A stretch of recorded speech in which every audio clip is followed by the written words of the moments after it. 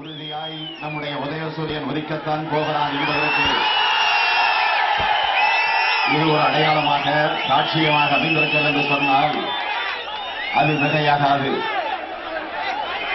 நான் எண்ணி பார்க்கிறேன், நேரமில்லையே என்ன பேசுவது என்று யோசித்துக் கொண்டிருக்கக்கூடிய நேரத்தில் எனக்கு ஒரு ஆசை வந்திருக்கிறது. என்ன ஆசை என்று கேட்டால், நான் இந்த மேடையில இப்படியே நின்று கொண்டு பேசாமல் உங்களுடைய முகத்தையே பார்த்துக் கொண்டிருக்க வேண்டும் என்கிற ஆசை இப்போது எனக்கு வந்திருக்கிறது. இதற்கு என்ன காரணம் என்று கேட்டால், உங்களுடைய முகத்திலே தோன்றக்கூடிய உணர்ச்சி, எழுச்சி, ஆர்வம், ஆரவாரம், அன்பு, பண்பு, பாசம்,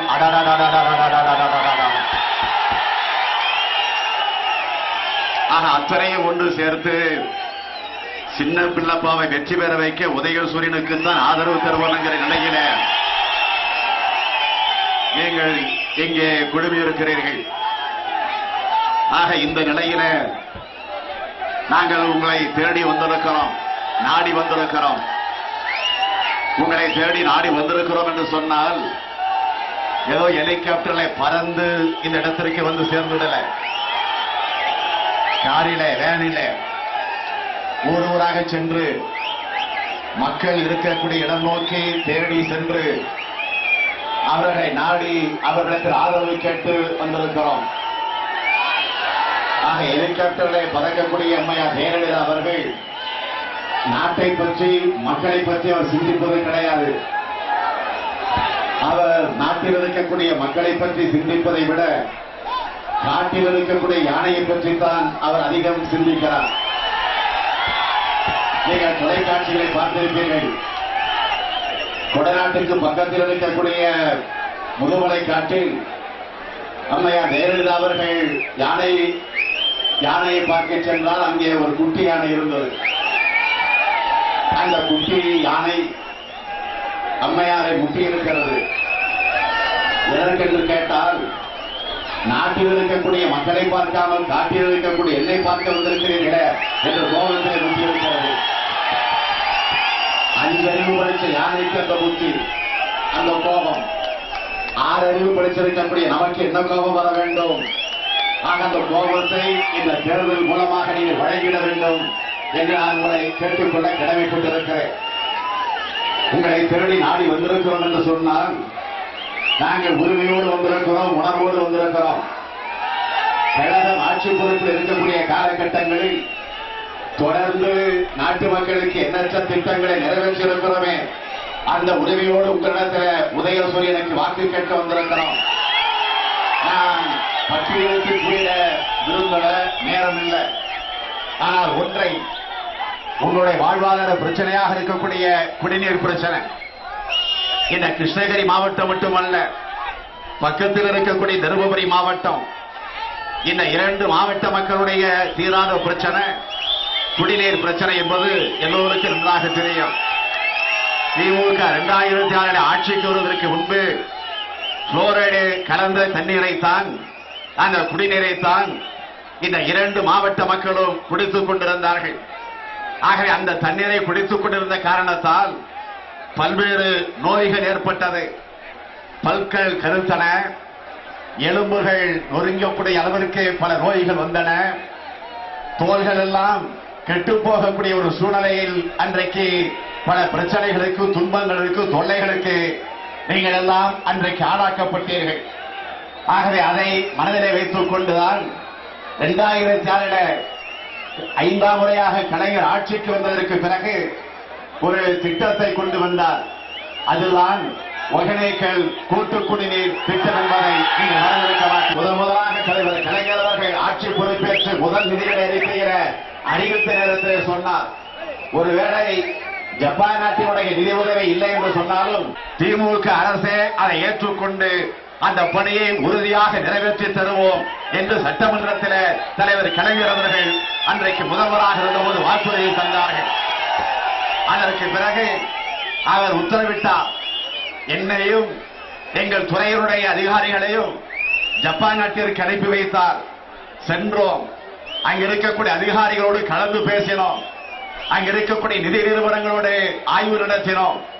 அதற்கு பிறகு தலைவர் கலைஞர் அவர்கள் எடுத்து வைத்த வேண்டுகோளை அவர்கள் மனப்பூர்வமாக ஏற்றுக்கொண்டு 1928 கோடி ரூபாய் மதிப்பீட்டில அந்த திட்டத்தை நிறைவேற்றுவதற்கு அவர்கள் ஒப்புதல் தந்தார்கள்.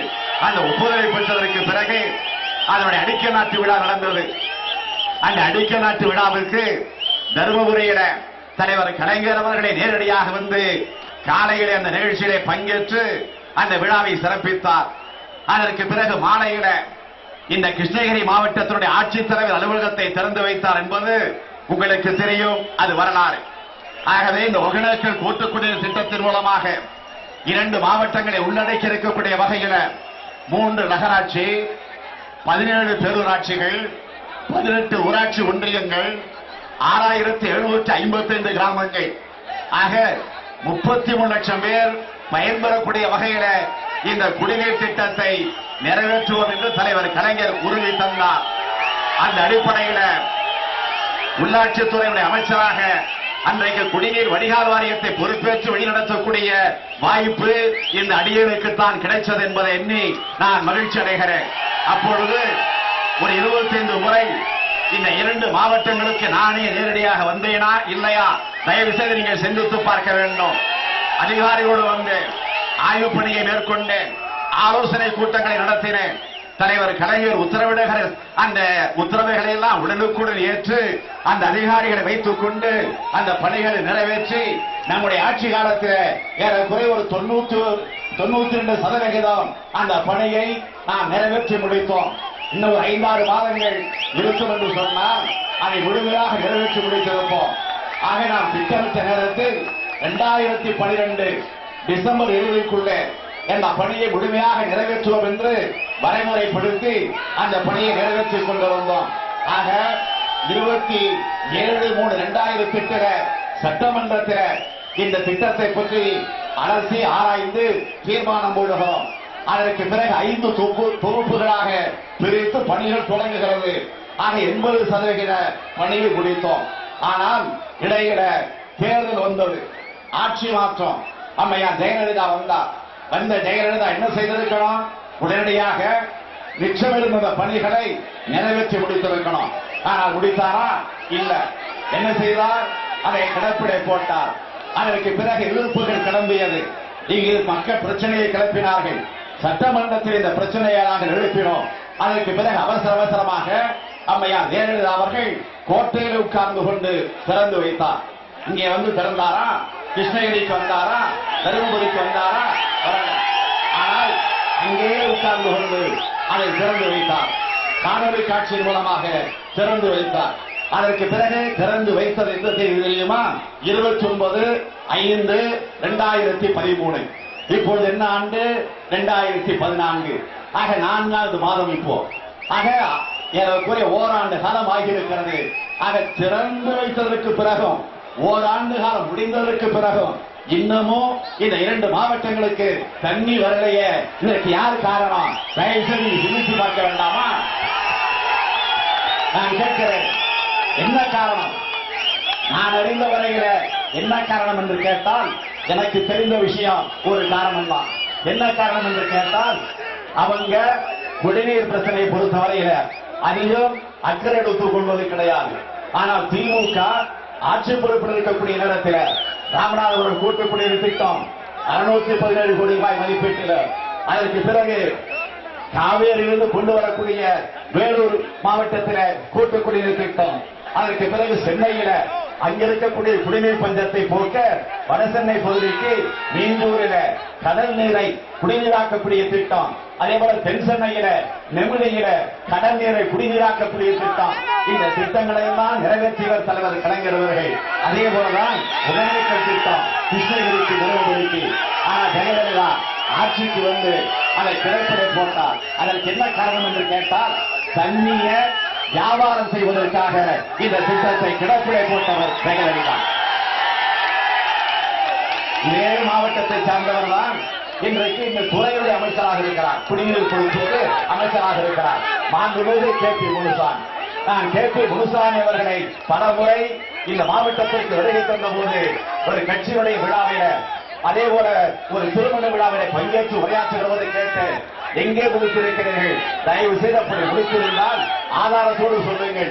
இல்லை என்றால் இன்றைக்கு சட்டமன்றத்தில் இருக்கக்கூடிய பல்வேறு கட்சியுடைய தலைவர்களை ஒரு குழு போட்டு அழைத்து வந்து அந்த முடிந்த பணிகளை எங்களிடத்தில் காட்டுங்கள், நாங்கள் ஏற்றுக்கொள்கிறோம் என்று சவால் விட்டு, சவால் அல்ல ஒரு வேண்டுகோளாக எடுத்து வைத்து பல மாதங்கள் ஆகியிருக்கிறது.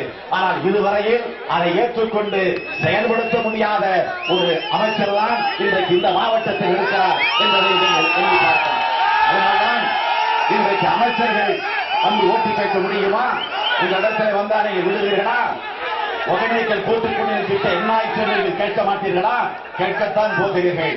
அதனால்தான் இன்றைக்கு அவர்கள் பயந்து பயந்து பதுங்கி பதுங்கி ஒளிந்து ஒளிந்து இன்றைக்கு மக்களை கூட சந்திக்க முடியாத நிலைக்கு அவர்கள் ஆளாக்கப்பட்டிருக்கிறார்கள். ஆகவே தவிச்சவாய்க்கு தண்ணீர் கொடு என்று சொல்லுவார்கள். ஆனால் ஜெயலலிதா ஆட்சியில இன்றைக்கு குடிநீர் விற்கிறாங்க. உங்களுக்கு தெரியும், ஒரு பாட்டில் அந்த அம்மா படத்தை போட்டு அரசினுடைய முத்திரையை போட்டு அவங்க சின்னத்தையும் போட்டு விற்கிறாங்க. அதுக்கு என்ன பேர் வச்சிருக்கிறாங்க? அம்மா வாட்டர். ஆங்கிலத்தில் அம்மா வாட்டர், தமிழில அம்மா தண்ணி 10 ரூபாய். ஆக அம்மா தண்ணி 10 ரூபாய். அம்மா தண்ணியை சும்மா கொடுப்பாங்க நினைச்சா அம்மா தண்ணியை 10 ரூபாய்க்கு விற்கக்கூடிய ஒரு பெரிய ஜெயலலிதா ஆட்சி. ஆகவே ஜெயலலிதா அவர்கள் கூட்டுக்குடிநீர் திட்டத்தை கொண்டு வந்தால் அந்த குடிநீர் வியாபாரம் கெட்டுடும். தனியார் வியாபாரம் பண்ணலாம், அது வேற. ஆனால் அரசாங்கம் தண்ணீரை விற்கக்கூடிய கொடுமை. நான் போய் கேட்கிறேன், பக்கத்தில் இருக்கக்கூடிய கர்நாடக மாநிலத்தில் விற்கிறாங்களா குடிநீரை ஒரு அரசு? ஆந்திர மாநிலத்தில் விற்கிறாங்களா? கேரள மாநிலத்தில் விற்கிறாங்களா? இந்தியாவில் எந்த மாநிலத்திலும் கிடையாது. ஆனால் தமிழ்நாட்டில் ஜெயலலிதா ஆட்சிகளை மாத்திரம்தான் தண்ணீரை விற்கக்கூடிய கொடுமை நடந்து கொண்டிருக்கிறது. ஆகவே அந்த வியாபாரம் கெட்டுவிடும். வியாபாரம் கெட்டு போனா அதில் வரக்கூடிய கமிஷன் எங்கோ போய்விடும். ஆகவே இதற்குதான் திட்டமிட்டு வேண்டும் என்று அந்த வியாபாரத்தை பெருக்கிட வேண்டும் என்பதற்காகத்தான் கூட்டுக்குடிநீர் திட்டத்தை கொண்டு வராமல் இன்றைக்கு முடக்கி வைத்திருக்கிறார்கள். நான் பகிரமாக இந்த கூட்டத்தின் மூலமாக நான் ஆட்சியாளர்களுக்கு தெரிவித்துக் கொள்ள கடமைப்பட்டிருக்கிறேன். எங்காவது நினைச்சு பார்ப்போமா? ஒரு தாய் தன்னுடைய குழந்தைக்கு தாய்ப்பாலை கொடுக்கிற நேரத்தில் விலைக்கா கொடுப்பார்கள்? சிந்திச்சு பார்க்கணும். அந்த விலையில தான் தண்ணீரையே விலைக்கு வைக்கக்கூடிய கொடுமை இந்த ஆட்சியில் இன்றைக்கு நடந்து கொண்டிருக்கிறது. நான் இந்த தேர்தல் களத்தில் தொடர்ந்து ஒவ்வொரு தொகுதிக்கும் சென்று என்னுடைய பிரச்சாரத்தை நான் தொடர்ந்து நடத்திக் கொண்டிருக்கிறேன். 40 நாடாளுமன்ற தொகுதிகள் இந்த கூட்டத்தோடு இந்த தொகுதியோடு சேர்ந்து இதுவரையில 25 நாடாளுமன்ற தொகுதிகளில் என்னுடைய பயணத்தை நான் முடித்திருக்கிறேன். 25 நாடாளுமன்ற தொகுதி என்று சொன்னால் 149 சட்டமன்ற தொகுதிகளில் நான் என் பயணத்தை நடத்தியிருக்கிறேன். இதுவரையில் பெருமையோடு சொல்லுகிறேன், இதுவரையில 258 இடங்களில் நான் உரையாற்றியிருக்கிறேன். 75 இடங்களில் வரவேற்பு நிகழ்ச்சிகளில் கலந்து கொண்டிருக்கிறேன். 25 பொதுக்கூட்டங்களில் பங்கேற்று உரையாற்றியிருக்கிறேன். இன்னும் சொல்லுகிறேன், 5454 கிலோமீட்டர் பயணத்தை இந்த தேர்தல் பிரச்சாரத்தின் மூலமாக இந்த நிமிடம் வரையில நான் நிறைவேற்றி வைத்திருக்கிறேன். இதை நான் ஏதோ பெருமைப்படுத்துவதற்காக சொல்லல, சாலை வழியாக தெரு வழியாக வாகனத்தில் வேனில வந்திருக்கிறேன், ஹெலிகாப்டர்ல வரல என்பதற்காகத்தான் நான் அதை குறிப்பிட்டு சொல்லுகிறேன்.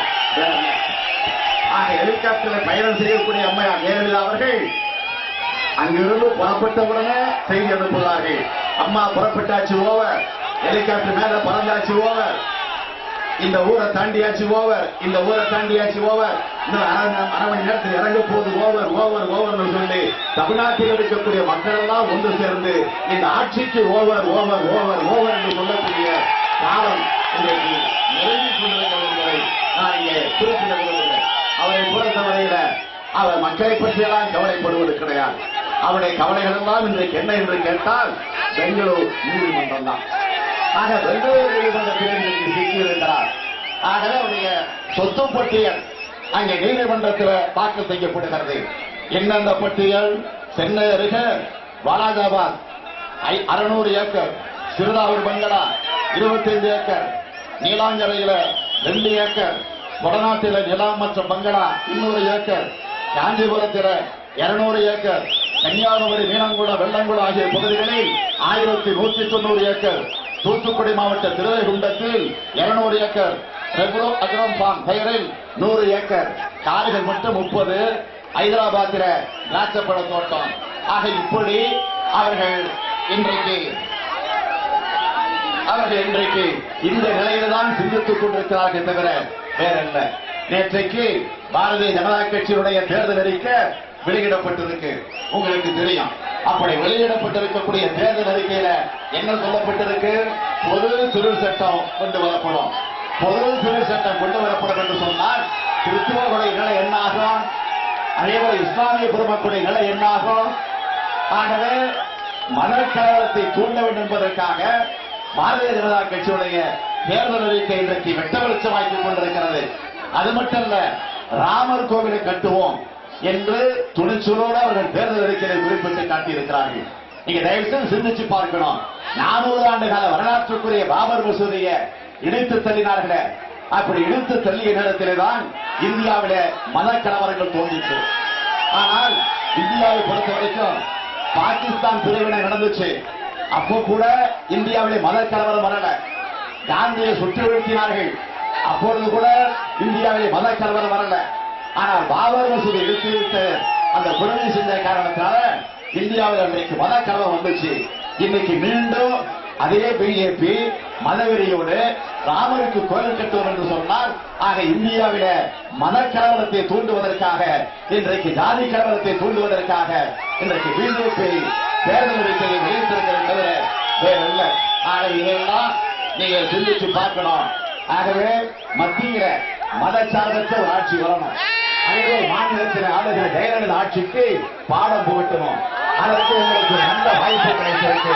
அதுதான் 24ஆம் தேதி நடைபெறவிருக்கக்கூடிய தேர்தலில் நீங்கள் நம்முடைய சின்ன பிள்ளப்பா அவர்களுக்கு உதவி செய்யும் சின்னத்தில் வெற்றியை தெரிவிக்கிறார். அப்படியா ஜெயலலிதா அவர்கள் ஒவ்வொரு கூட்டத்திற்கு சென்று மக்களை பார்த்து செய்வீர்களா என்று கேட்கிறார். எதை செஞ்சாங்க, செய்வீங்களா என்று கேட்க நான் கேட்கிறேன். விலைவாசியை குறைப்போன்னு சொன்னாங்களே, செஞ்சாங்களா? மின் கட்டணத்தை குறைப்பானாங்களே, குறைச்சாங்களா? பால் கட்டணத்தை குறைப்பானாங்களே, குறைச்சாங்களா? மின்வெட்டை தீர்ப்போனாங்களே, தீர்த்தாங்களா? முதியோருக்கு பஸ் பாஸ் நாங்களே கொடுத்தாங்களா? வேலை வாய்ப்பு தந்தாங்களா? மாற்றுத்திறனாளிக்கு 3% இடஒதுக்கீடு நாங்களே கொடுத்தாங்களா? எதையும் தரல. ஆகவே அப்படிப்பட்ட இந்த ஆட்சிக்கு பாடம் போகட்ட இந்த வாய்ப்பை நீங்கள் பயன்படுத்தணும். சின்ன சின்னப்பாவை வெற்றி பெற வைக்கணும். வெற்றி பெற வைப்பீங்களா? வெற்றி பெற வைப்பீங்களா? நிச்சயமா, உறுதியா, சத்தியமா